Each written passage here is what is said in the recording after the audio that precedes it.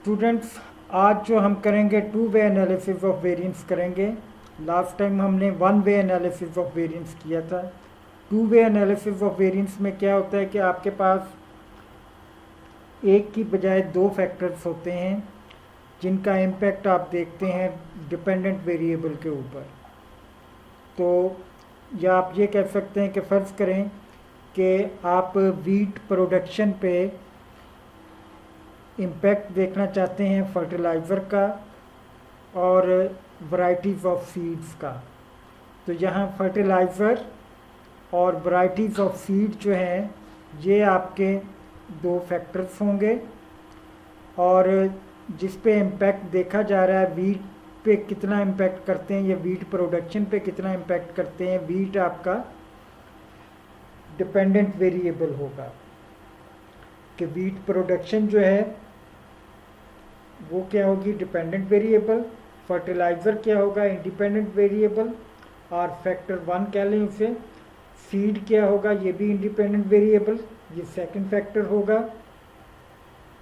और types of fertiliser जो हैं वो उसके लेवल कहलाएंगे या कैटेगरीज फर्टिलाइज़र की कहलाएंगी, क्योंकि ये कैटेगरिकल वेरिएबल होता है, इंडिपेंडेंट वेरिएबल भी होता है और कैटेगरिकल भी होता है। और इसी तरह से सीड जो हैं, टाइप्स ऑफ सीड जो होंगी वो उसके लेवल्स कहलाएंगे।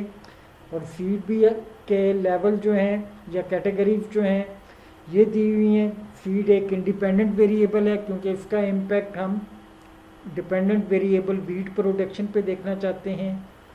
और इसकी जो कैटेगरीज बनी हुई हैं डिफरेंट के टाइप का सीड है, बी टाइप का है, सी टाइप का, इसलिए ये कैटेगरिकल वेरिएबल भी है।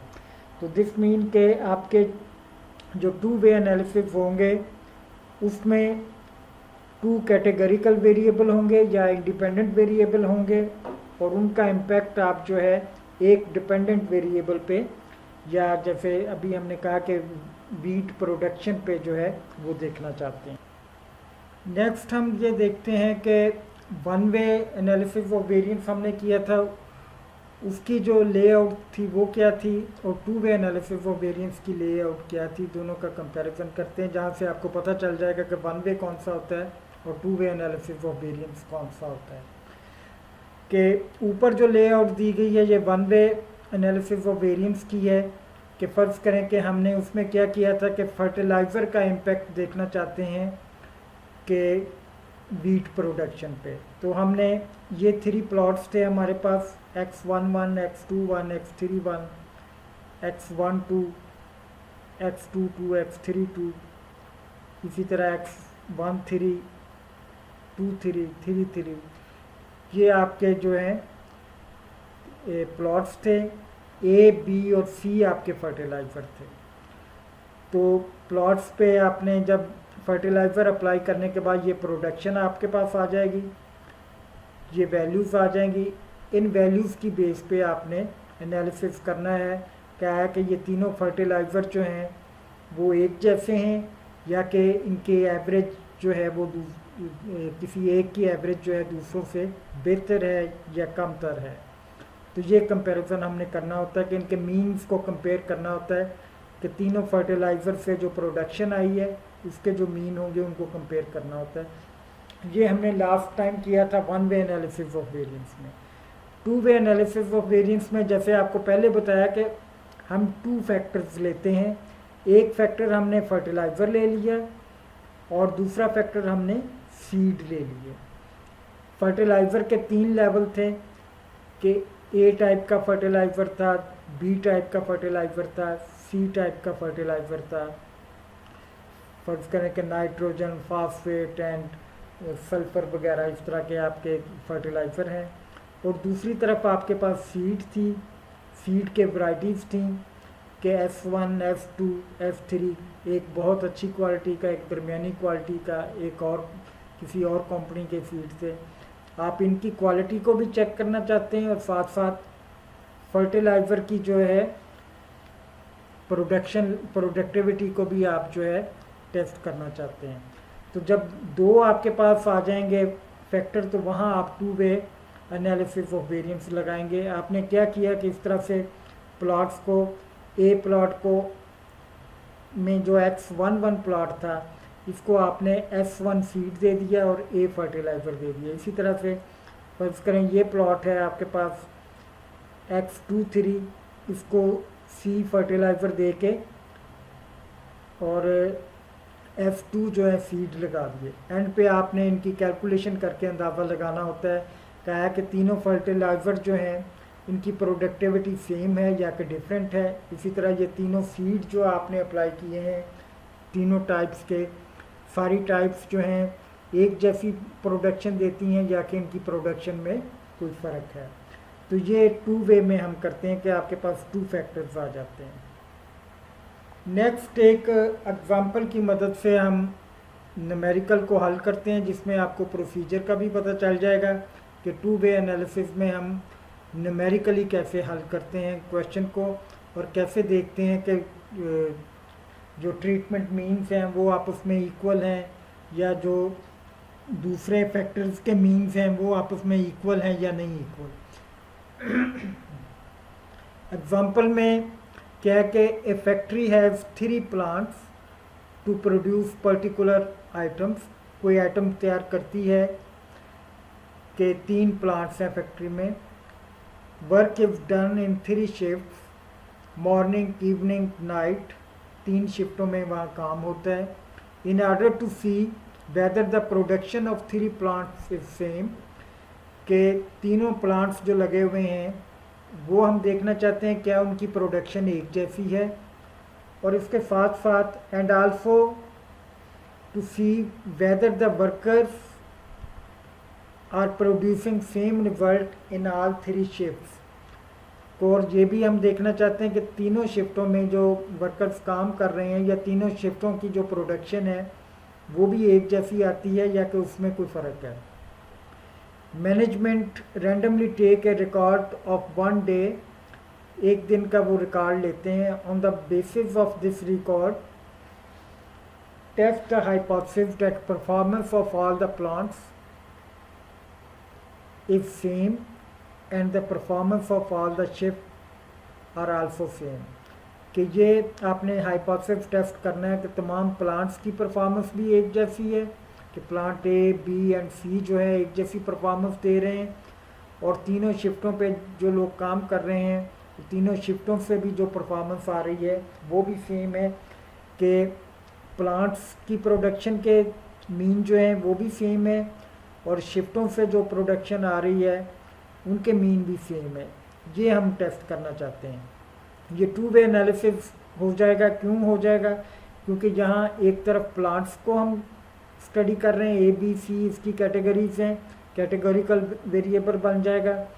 दूसरी तरफ आपकी शिफ्ट्स जो हैं मॉर्निंग, इवनिंग, नाइट शिफ्ट, ये एक कैटेगोरिकल वेरिएबल जो है वो बन जाएगा।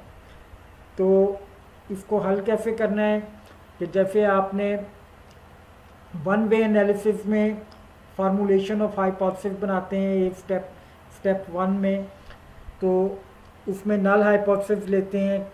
एक ही तरह का हाइपोथेसिस बनता है कि 3 प्लांट्स थे आपके पास, तो आप कहते हैं μ1 equal to μ2 equal to 3 means production of all plants are equal.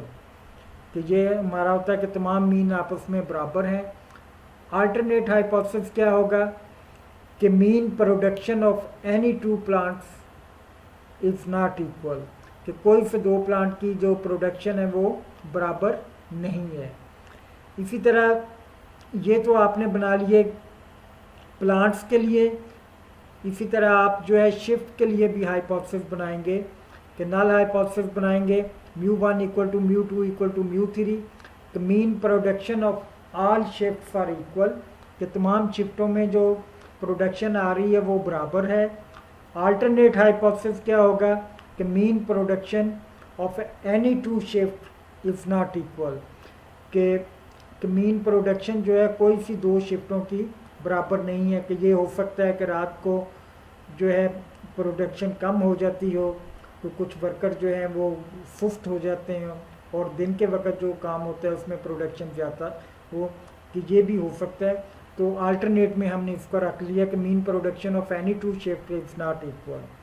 Level of significance बनाते हैं वो आपको पता है 5% या 1% आमतौर पे लिया जाता है। टेबल भी ज़्यादातर 5% के लिए एफ टेबल होता है और 1% के लिए होता है। टेस्ट स्टेटिस्टिक का आपने बनाना होता है, इसके लिए दो टेस्ट स्टेटिस्टिक बनेंगे, एक प्लांट्स की प्रोडक्शन के लिए या उनके मीन्स को टेस्ट करने के लिए, दूसरी शिफ्ट के जो प्रोडक्शन है उनके मीन को टेस्ट करने के लिए। कि एफ कैलकुलेटेड जो है पहला वो क्या है कि F C square over F E square के आप सी का वेरिएंस, सी से मुराद कॉलम लिया गया है कि कॉलम्स का जो वेरिएंस आएगा, जो चीज़ आप कॉलम्स में रखेंगे, जैसे अगर हम शिफ्ट वो उसको प्लांट्स को कॉलम्स में रखते हैं तो वो प्लांट्स का वेरिएंस आ जाएगा। विद इन प्लांट्स जो है क्या वेरिएंस आ रहा है, एक प्लांट का दूसरे प्लांट के साथ कितना वेरिएशन आ रही है, वो प्लांट्स का वेरिएंस। और एफ के री जो है एरर का वेरिएंस आ जाएगा, या एरर वेरिएंस जो है वो आपके पास आ जाएगा। इसी तरह से नीचे वाला जो है आपका रोज का वेरिएंस आ जाएगा और नीचे जो है एरर का वेरिएंस आ जाएगा। इसके लिए डिग्री ऑफ फ्रीडम V1 जो होगी पहले केस में वो C-1 कि जितने आपके कॉलम्स हैं उनमें से 1 माइनस कर दें, वो V1 डिग्री ऑफ फ्रीडम होगी। और V2 क्या होगी, V2 जो एरर की डिग्री ऑफ फ्रीडम बनेगी वो V2 कहलाएगी। और इधर जो आपके पास दूसरे केस में है उसमें डिग्री ऑफ फ्रीडम, क्योंकि न्यूमरेटर में आपके पास R है तो आप लिखेंगे R-1 डिग्री ऑफ फ्रीडम कि जितने आपकी रोज होंगी उनमें से 1 माइनस कर देंगे तो वो उसकी डिग्री ऑफ फ्रीडम बन जाएगी। कि ये उसके इस तरह का एफ टेबल आपके पास आता है कि जिसमें अल्फ़ा फर्ज करें कि 5% के लिए है, V1 जो है आपके रोज की या कॉलम्स की डिग्री ऑफ फ्रीडम इधर से देख लेंगे, एरर की हमेशा ये नीचे से आप देखेंगे। कि फ़र्ज़ करें कि आपके पास 3 रोज हैं तो 3-1 जो है वो 2 हो जाएगा। 2V1 है तो अगर एरर की डिग्री ऑफ फ्रीडम 7 बनती है तो 7 के नीचे आप देख लेंगे 4.74 जो है वो वैल्यू आ जाएगी। जितना भी आपका एरर आता है, अगर 8 एरर की डिग्री ऑफ फ्रीडम आती है तो 8 के नीचे देख लेंगे। अगर इधर आपके पास डिग्री ऑफ फ्रीडम जो है कॉलम्स की 3 है तो 3 के नीचे आप 8 तक चलते जाएंगे। इस तरह से आपने एफ डिस्ट्रीब्यूशन में टेबल देखना होता है। नेक्स्ट आपके पास क्रिटिकल रीजन होती है। क्रिटिकल रीजन भी V और T टेस्ट के मुकाबले में बहुत सिंपल होती है कि नल हाइपोथेसिस को आपने रिजेक्ट कर देना होता है जब टेबल वैल्यू से ज़्यादा आ जाए आपकी कैलकुलेटेड वैल्यू या टेबल वैल्यू के बराबर आ जाए। कैलकुलेटेड कैसे निकालनी ये पिछले स्टेप में हमने किया था। आगे नेक्स्ट स्टेप में आ जाते हैं हम कंप्यूटेशंस की तरफ। कंप्यूटेशंस में आपने प्लांट्स जो है ABC ये आपने कॉलम्स में लिख लिए और शिफ्ट जो है ये आपने रोज़ में लिख ली, मॉर्निंग इवनिंग और नाइट शिफ्ट जो है ये इवनिंग में लिख ली। तो इनके वैल्यूज़ जो हैं वो आपके पास दी हुई हैं, वो वैल्यूज़ लिख ली। यहाँ उनके स्केयर्स कर लिए, 4 का स्केयर, 5 का स्केयर, 3 का स्केयर। और इसी तरह ये स्केयर लेने के बाद ये वैल्यूज़ का टोटल आपने कर लिया, ये टोटल आ गया, ये टोटल आ गया और ये आपके पास ग्रैंड टोटल आ गया। इसी तरह से आपने ये टोटल कहाँ से आएगा, ये जो ब्रैकेट में आपने हर वैल्यू का स्केयर लिया हुआ है इनके आपने टोटल करने। 16, 25 एंड 9 इक्वल टू 50 आ जाएगा। ये ब्रैकेट में आपने कैसे निकाली है ब्रैकेट वाली वैल्यू, 12 का स्केयर 144 और ये इन सब की ब्रैकेट में जो वैल्यू है इनका टोटल आपने ये लिख दिया। इसी तरह ये ब्रैकेट्स में वैल्यू है इनका टोटल ये लिख दिया और इन सब को जब इकट्ठा किया तो ग्रैंड टोटल 507 आ गया। और ये सी स्केयर किधर से आएगा, समीशन सी स्केयर ये आपके पास आएगा कि ये 12 है, सी की वैल्यू है, इसका स्केयर करेंगे तो 144 आ जाएगा। ये आपके पास 30 है, 30 का स्केयर करेंगे तो 900 आ जाएगा। ये आपके पास 21 है, 21 का स्केयर करेंगे तो 441 आ जाएगा। ये स्केयर सी का नहीं होगा बल्कि ये समीशन इसमें से आप ख़त्म भी कर दें, सी लिख दें, यहाँ सी स्क्वायर लिख दें, तो तब भी ये ठीक होगा। तो ये वैल्यू आपके पास टोटल होके ये आपका समीशन सी स्क्वायर जो है ये वैल्यू आपके पास आ जाएगी।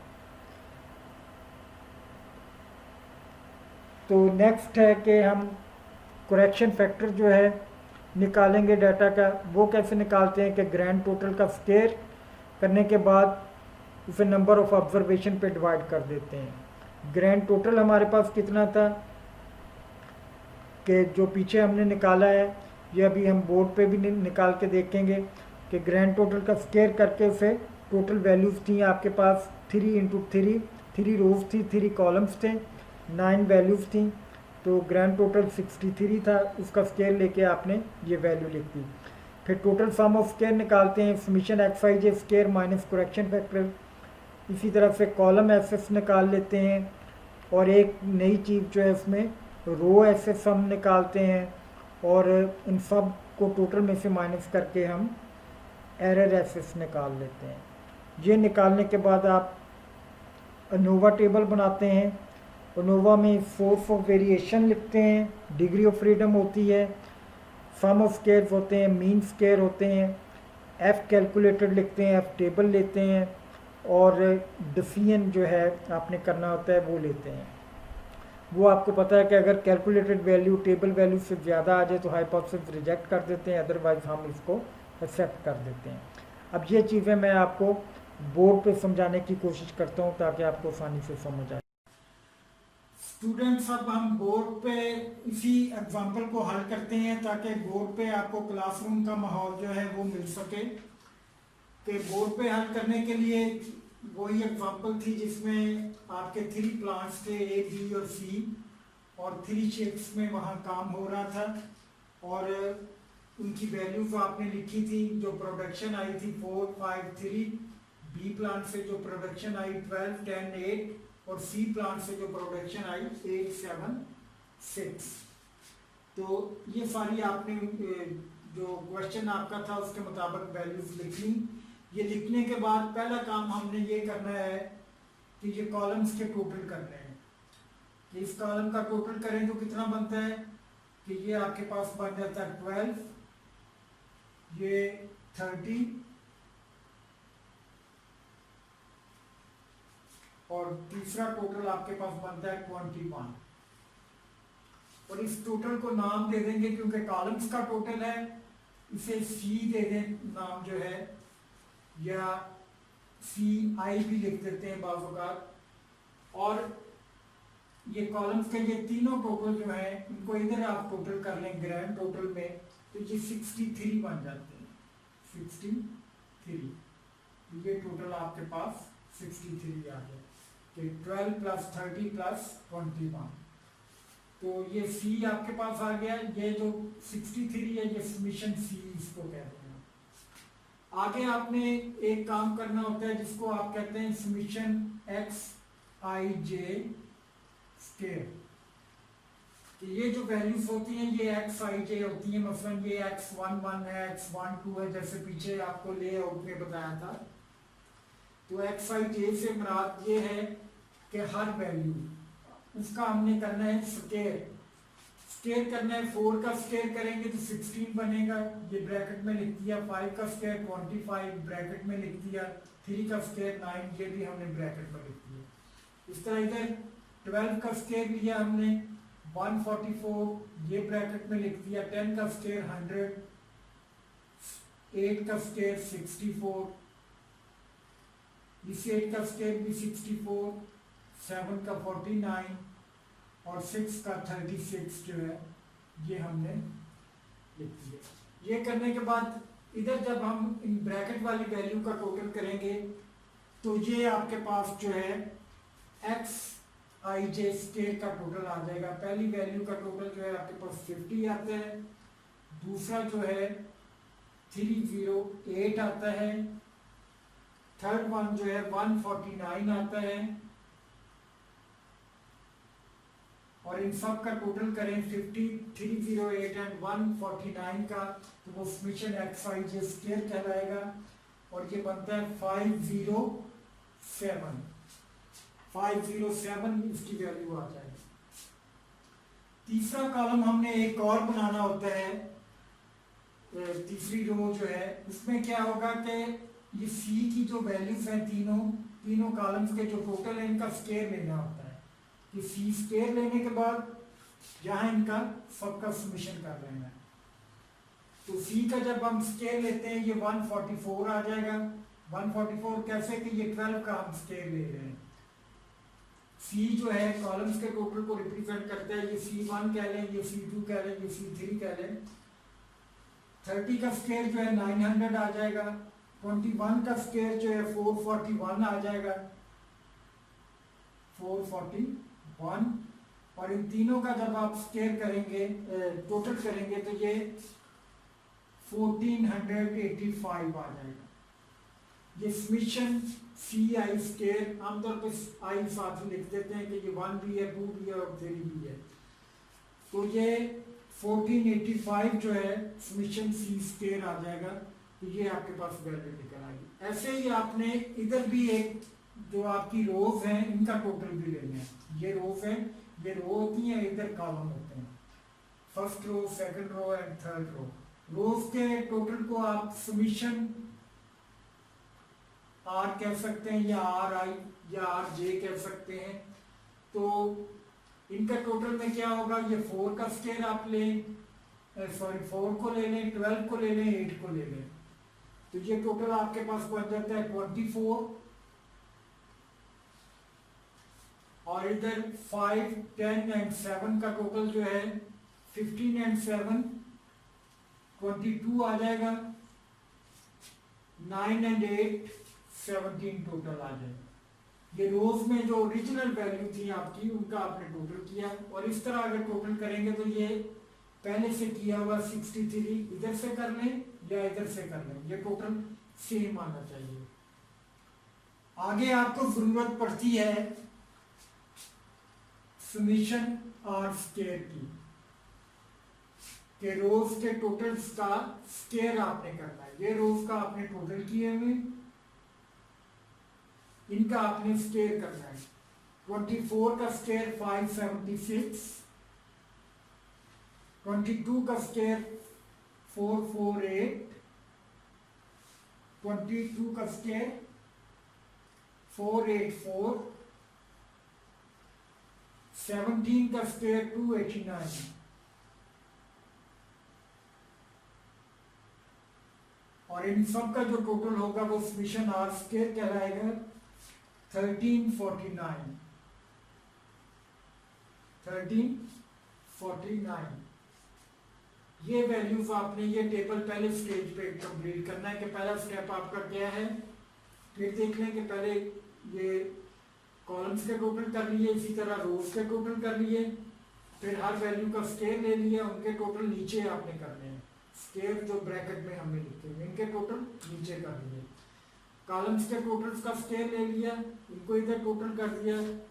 रोज के टोटल का स्केयर ले लिया, इनको इधर टोटल कर दिया। ये आपके पास पहला स्टेप जो है कैलकुलेशन का वो मुकम्मल हो जाता है। नेक्स्ट स्टेप में आपने सबसे पहला काम जो करना है करेक्शन फैक्टर निकालना है। करेक्शन फैक्टर, करेक्शन फैक्टर उसी तरह से जैसे आपने पहले one way analysis of variance में किया था कि करेक्शन फैक्टर क्या होता है कि ग्रैंड टोटल का square divided by number of observation. यहां जो टू वे में आप divided by rows multiplied by columns कर लेते हैं। Number of rows multiplied by number of columns, तो रोज को कॉलम्स के साथ जरब दे देते हैं। तो ग्रैंड टोटल आपका ये वाला होता है 63, जो इधर से भी और इधर से भी तमाम वैल्यूज का जो टोटल होगा ये ग्रैंड टोटल कहलाएगा। ये ग्रैंड टोटल, इसका आपने स्केयर करना है। जो अक्सर स्टूडेंट भूल जाते हैं 63 का स्केयर, आर कितना है, नंबर ऑफ रोज कितनी है 1 2 3, और कॉलम्स कितने हैं, सी फॉर कॉलम्स है 1 2 एंड 3, जो ओरिजिनल आपको क्वेश्चन में दिए गए थे। ये वाले नहीं शामिल करना है इसमें। तो ये 3 × 3 9 आ जाएगा। और इसको जब आप हल करते हैं तो ये वैल्यू आपके पास बनती है 441। 441 जो है करेक्शन फैक्टर की वैल्यू आपके पास आ जाती है 441। आगे नेक्स्ट जो है सेकंड स्टेप में आपने निकालना है total assets.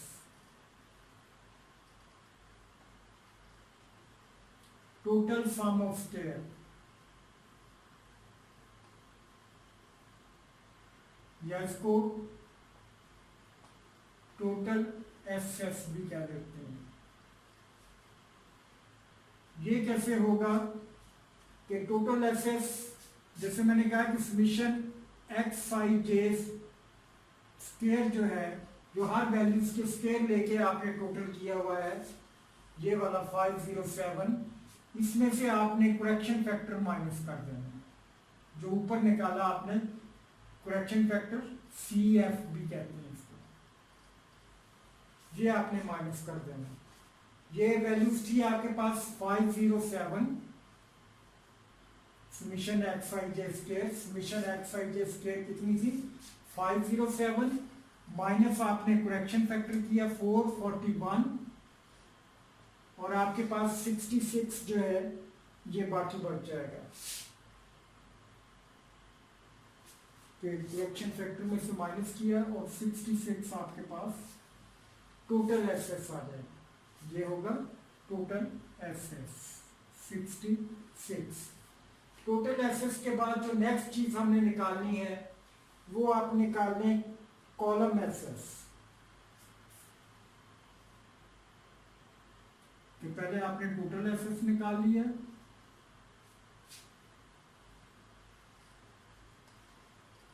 Column sum of square,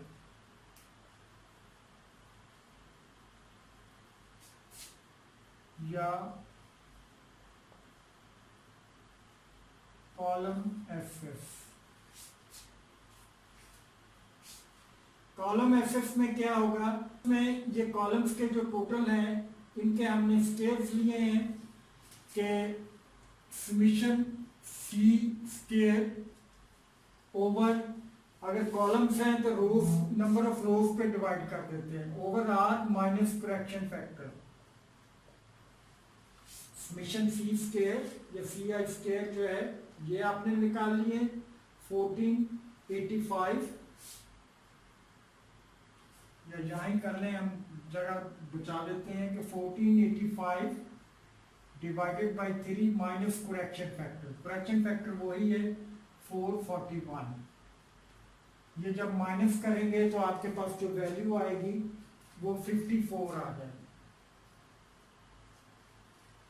इसको आप कॉलम एसेट्स का नाम दे देंगे कि कॉलम एसेट्स आपके पास आ गया 54।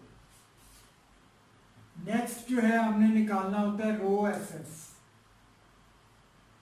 रो सम ऑफ स्केयर,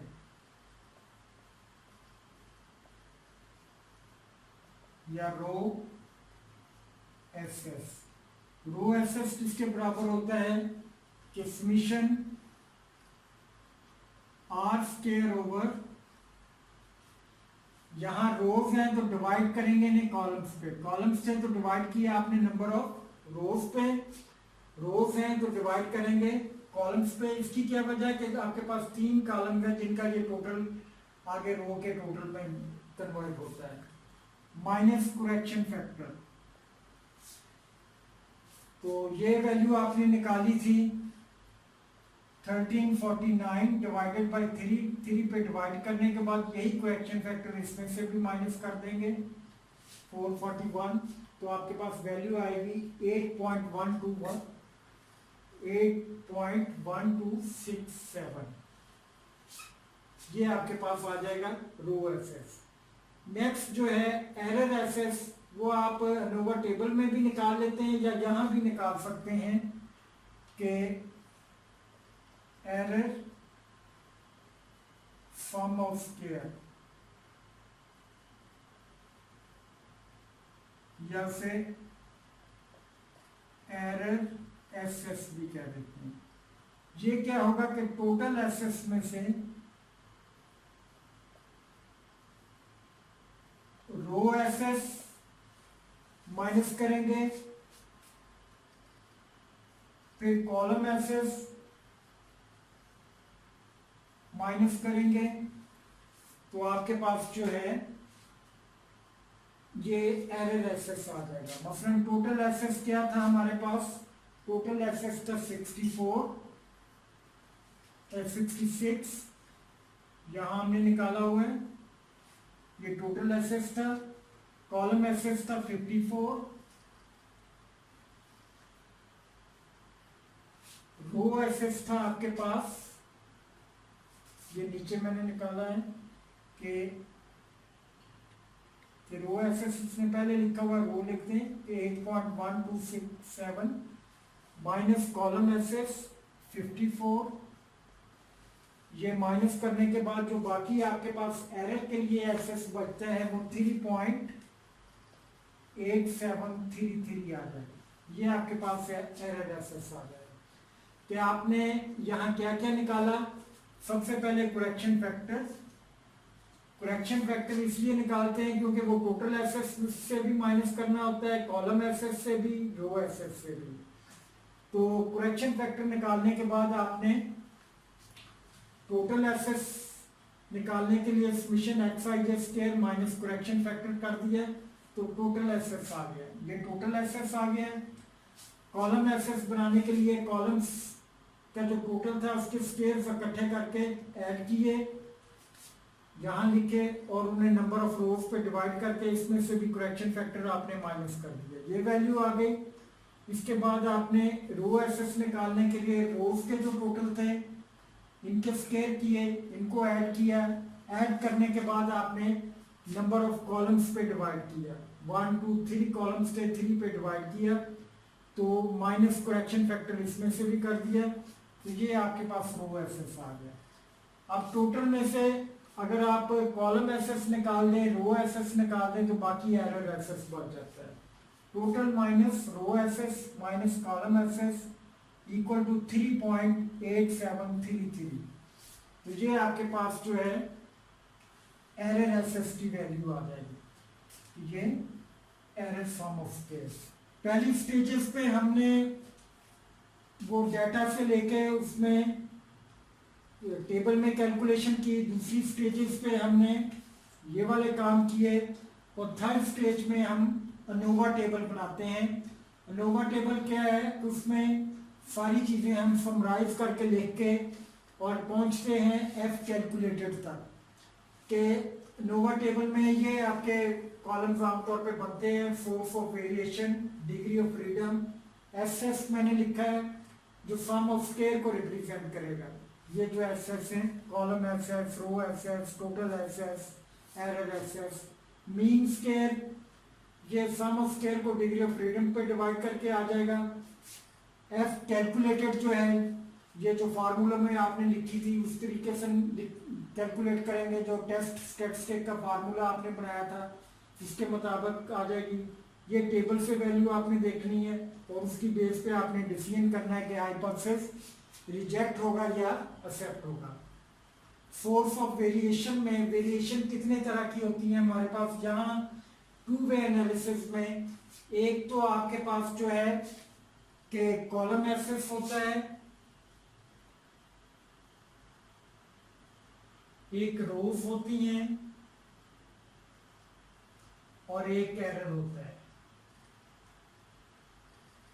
तीन तरह के वेरिएशन के सोर्स हैं, विद इन कॉलम्स या between columns, between rows and error, और एक टोटल जहां आ जाता है टोटल एक्सेस।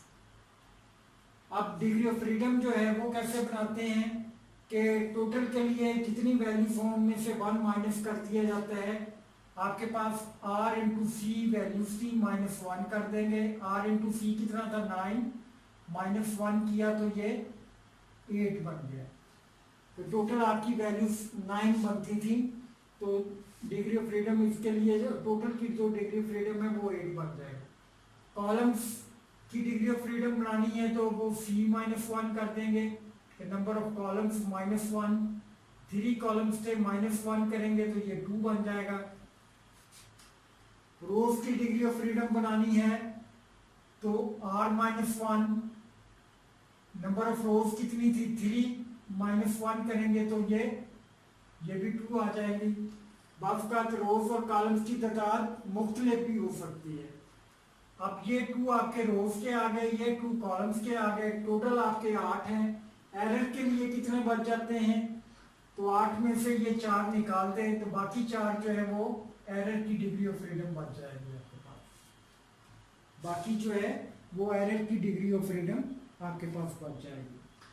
तो नेक्स्ट कॉलम कंप्लीट करने के लिए आपने यही जो सम ऑफ स्केयर्स निकाले हुए हैं ये यहाँ लिखेंगे। टोटल सम ऑफ स्केयर आपके पास था 66, ये पहले आप लिख लें total sum of squares. Column sum of squares था आपके पास 54, ये 54 लिख लिया कि कॉलम एसएस टोटल एसएस। आगे आपके पास था रो सम ऑफ स्केयर्स, ये था 8.1276 12767 ये लिख देंगे। आगे एरर के लिए भी हमने यहां निकाला हुआ है 3.8733 3.8733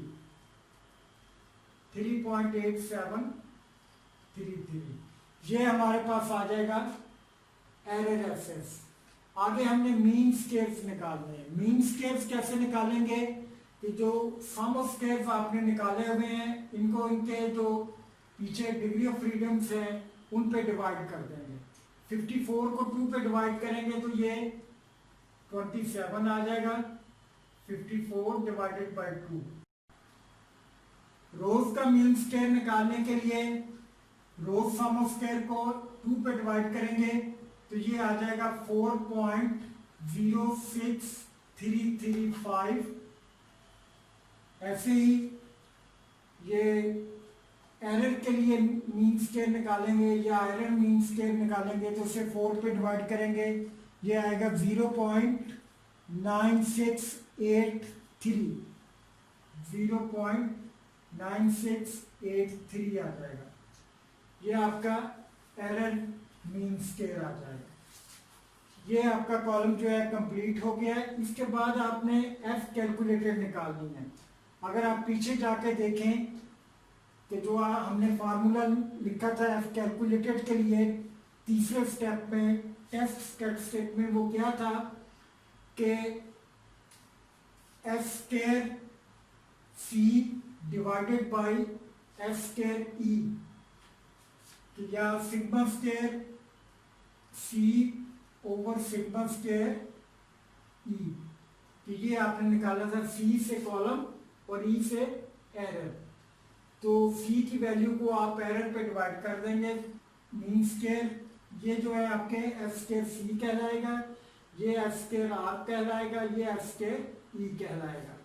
तो आपने 27 को किस पे डिवाइड करना है, एरर पे 0.9683 पे। तो ये वैल्यू कितनी बनती है आपके पास 27.88 आपके पास वैल्यू आ जाएगी 27.88। इसी तरह आपने रोज के लिए निकालना है तो sigma square R minus sigma square divided by sigma square E कर देंगे। तो ये आपके पास वैल्यू बनेगी 4.06335 डिवाइडेड बाय 0.9683 और ये वैल्यू आपके पास आ जाएगी 4.1963। तो ये दो वैल्यू आपके पास आ गई, एक ये वाली और एक ये वाली। पहली वैल्यू कॉलम के लिए, दूसरी वैल्यू जो है रो के लिए एफ कैलकुलेटेड की वैल्यू आ गई। कि आपने दो तरह के हाइपोथेसिस बनाए थे, एक रो के लिए एक कॉलम के लिए। इसी तरह दो तरह के आपने वो टेस्ट स्टैटिस्टिक बनाए थे, एक रोज के लिए और एक कॉलम्स के लिए। अब हमने निकालना है F table value. Table value कैसे निकालेंगे कि जैसे आपको बताया था कि एफ का टेबल इस तरह बना हुआ होता है, इधर V1 डिग्री ऑफ फ्रीडम होती है, इधर V2 होती है। V1 जो है आपके इधर वाली वैल्यूज को रिप्रेजेंट करती है, या न्यूमरेटर जो ऊपर होता है उसकी डिग्री ऑफ फ्रीडम जो है उसको रिप्रेजेंट करती है। V2 जो है जो नीचे वाली वैल्यू होती है, जो एरर होता है आपके पास, उसकी डिग्री ऑफ फ्रीडम को रिप्रेजेंट करता है। इसका मतलब ये हुआ कि अगर आप इधर कॉलम से 2 देखें कि कॉलम की डिग्री ऑफ फ्रीडम 2 है और नीचे जो एरर की डिग्री ऑफ फ्रीडम है 4 है, इसके सामने वैल्यू देखें तो ये वैल्यू आपके पास बनती है 6.94।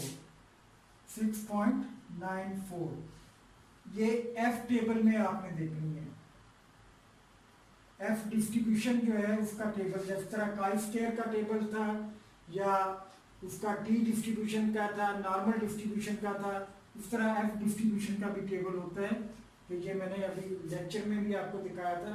तो ये 6.94 वैल्यू आएगी। ये गौर से आपने दोबारा चेक कर लेनी कि इतनी आती है। तो 6.94 जो है आपके पास टेबल वैल्यू आ जाएगी। इसके लिए भी यही होगी। और अगर रोज के लिए भी आपको पता है कि 2 डिग्री ऑफ फ्रीडम है न्यूमरेटर की ऊपर वाली वैल्यू की, और 4 डिग्री ऑफ फ्रीडम है नीचे वाली वैल्यू की, तो उसके लिए भी एफ टेबल जो है वो 6.94 आ जाएगा। 6.94 इसके लिए भी, कॉलम्स के लिए, और 6.94 रोज के लिए आ जाएगा। तो अब नेक्स्ट स्टेप में हम आ जाते हैं कि डिसीजन हमने करना है कि हाइपोथेसिस को रिजेक्ट किया जाए या एक्सेप्ट किया जाए। तो रिजेक्ट करने के लिए आपने डिसीजन रूल लिखा था या क्रिटिकल रीजन में लिखा था कि reject H0 when F calculated is greater than table value. Table value से ज्यादा आ जाए तो आपने हाइपोथेसिस को रिजेक्ट करना था, अदरवाइज आपने हाइपोथेसिस को एक्सेप्ट कर लेना था। अब ये देखें कि अगर कॉलम्स के हिसाब से चलें तो कॉलम्स का जो आपके पास F कैलकुलेटेड आई है वो टेबल वैल्यू से ज्यादा है। तो इसका मतलब यहां आप हाइपोथेसिस को रिजेक्ट कर देंगे, नल हाइपोथेसिस को रिजेक्ट H0। लेकिन अगर रोज के हिसाब से देखा जाए ये वैल्यू 4.1936 है, ये इससे ज्यादा नहीं आ रही। ज्यादा आती तो हम रिजेक्ट करते, जब रिजेक्ट नहीं करेंगे तो डेफिनेटली हम इसे एक्सेप्ट कर लेंगे, एक्सेप्ट H0। तो कंक्लूजन हमारा फिर क्या होगा? कुछ लोग तो यही कंक्लूजन दे देते हैं। वैसे हम ये भी दे सकते हैं कि कॉलम्स जो है वो हाइपोथेसिस हमने रिजेक्ट कर दिया है। तो कॉलम्स में हमने किस चीज को रखा था? कॉलम्स में हमने प्लांट्स को रखा था।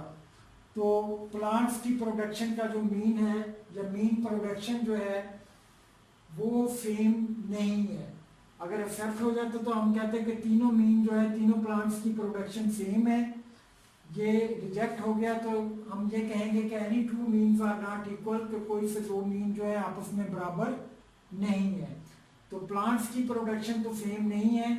देयर इज अ पॉसिबिलिटी कि एक प्लांट कम प्रोडक्शन दे रहा हो और बाकी प्लांट जो है तो आपको ज्यादा प्रोडक्शन दे रहे हो, और उस प्लांट को आप जो है सुपरवाइज करने की जरूरत है।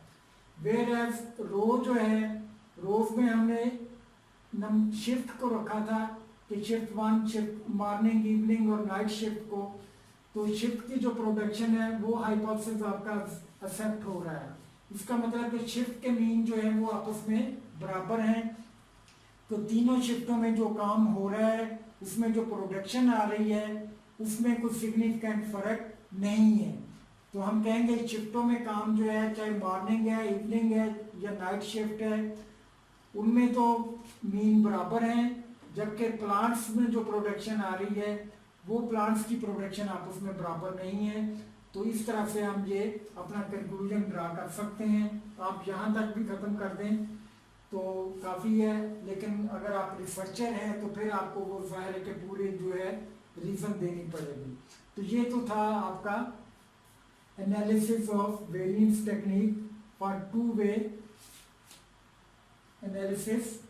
तो तो इसके लिए अगर कोई प्रॉब्लम हो, कोई चीज़ समझ ना आई हो, तो आप मुझसे कंसल्ट कर सकते हैं। Thank you.